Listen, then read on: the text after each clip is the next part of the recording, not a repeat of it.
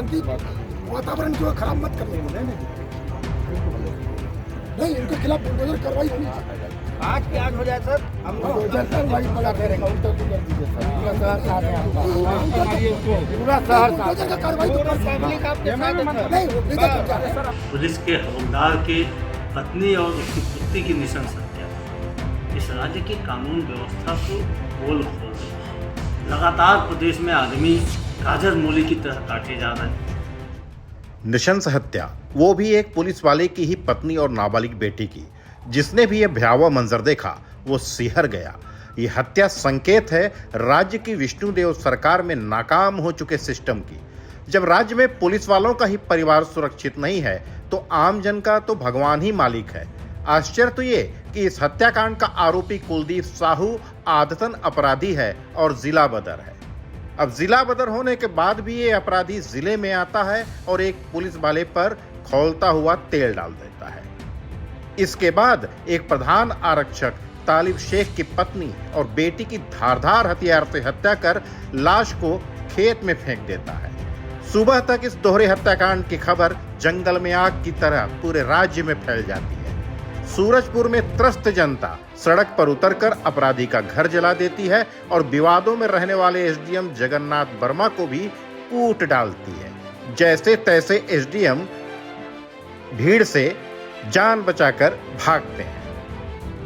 कल रात 13 तारीख को दुर्गा विसर्जन के कार्यक्रम के लिए थाने और सभी स्टाफ लगे हुए थे। उसमें हमारे सूरजपुर कोतवाली में पदस्थ तालिब शेख 286 नंबर प्रधान आरक्षक की भी ड्यूटी थी, वहीं पे लगे हुए थे। और इसी बीच एक हमारे आरक्षक के ऊपर यहाँ के जो निगरानी बदमाश कुलदीप साहू के द्वारा जो खौलते तेल को डालने की घटना हुई थी उसके पता तलाश करने के लिए रुके हुए थे।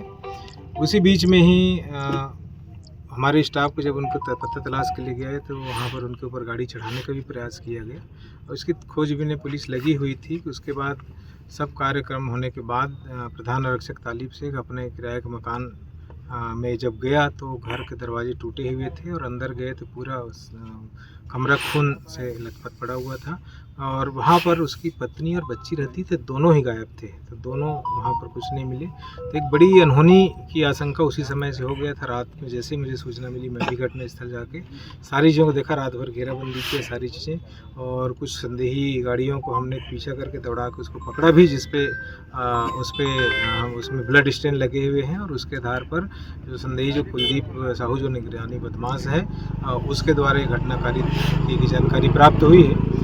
और चूँकि तालिब शेख प्रधान आरक्षक की पत्नी और बच्ची का उसको नशा या नहीं उनकी उपस्थिति वहाँ थी तो हम रात भर खोजबीन की। तभी सुबह हमको पता चला कि ग्राम पीढ़ा जो सूरजपुर से 4 किलोमीटर के दूर है आउटर में, उनकी डेड बॉडी को यहाँ पर फेंक के आरोपी यहाँ से फरार हो गया है। पुलिस आरक्षक जिनको गर्म तेल के द्वारा उनके ऊपर चोट आया था तो बर्न इंजरी उनका 10 से 15% सुपरफिशियल बर्न था, फर्स्ट डिग्री बर्न था, जिनको प्रारंभिक उपचार के बाद अंबिकापुर बेहतर इलाज के लिए रेफर कर दिया गया है।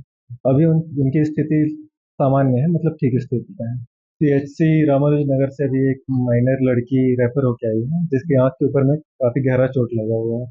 प्रारंभिक उपचार के बाद यहाँ से हम लोग उसको अंबिकापुर के लिए रेफर कर रहे हैं।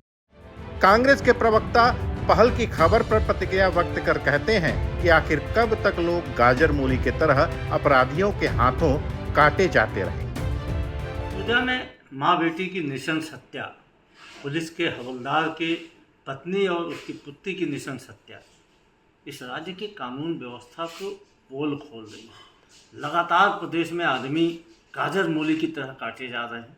सरगुजा से लेकर बस्तर तक, कवर्धा, राजधानी रायपुर, हर जगह रोज हत्याएं हो रही हैं।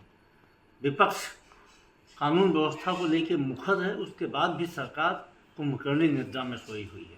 आखिर कितनी हत्याओं के बाद, कितने लोगों के बलि लेने के बाद सरकार को कानून व्यवस्था की सूझ आएगी। कुछ देर बाद ही कद्दावर नेता TS सिंहदेव लंबा चौड़ा ट्वीट कर कहते हैं, अपराध नाकाबिले बर्दाश्त है, अब और खामोशी नहीं। आमजन का भरोसा जब प्रशासन से उठ जाए और वो कानून अपने हाथों में लेने लगे, ये सरकार के लिए खतरे की घंटी जैसा है। वैसे भी छत्तीसगढ़ में भाजपा की सरकार के कानून व्यवस्था पर लगातार गंभीर सवाल खड़े हो रहे हैं। पर अब जिला बदर अपराधी ही जिले में वारदात कर चलता बने तो ये मामला प्रशासन और सरकार के लिए शर्मनाक है।